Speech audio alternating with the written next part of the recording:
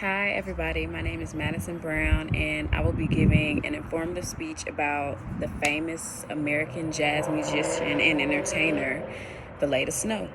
So she was really popular during the 1920s to the 1930s.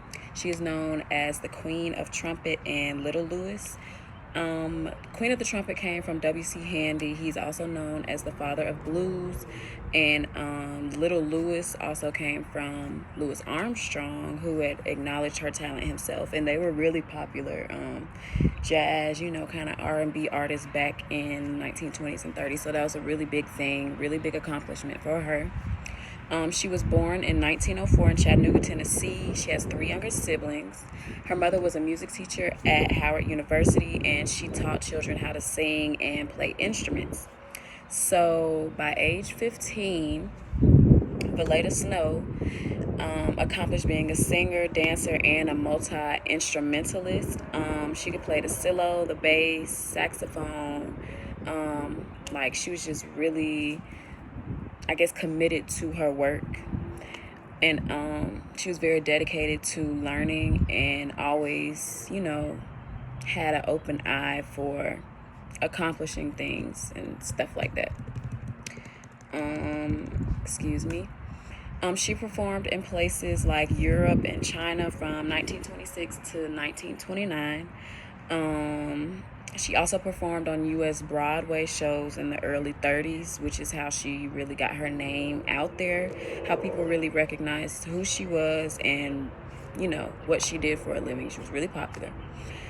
She was also Black Lives Matter, Black Power.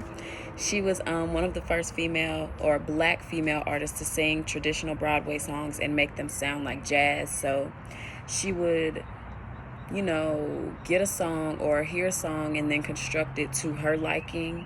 And basically her liking is, jazz music, like the blues, y'all know how jazz music is. Like, we all love jazz music. And that's how she would display Broadway songs, which is also how people really fell in love with her and her entertaining and her music. What people don't know about her is she had a serious drug problem. She was addicted to oxycodone, and nobody really knew about that. She was detained in Copenhagen's main jail by the Nazis when they took over in World War II. When she had traveled to Denmark, they detained her because they caught her using the oxycodone, and they locked her up for about 2 years. But after a week after she was detained, she was transferred to a psychiatric hospital to help her treat her drug addiction. I don't really know how I feel about that. I guess they were trying to help, but yeah. She died of a brain hemorrhage while waiting to perform at the Palace Theater in New York in 1956. That's basically it. I got my information from the articles America Comes Alive by Kate Kelly. She wrote that in 2014.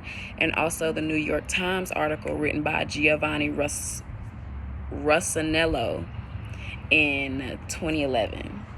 Thank you. I hope you guys enjoyed.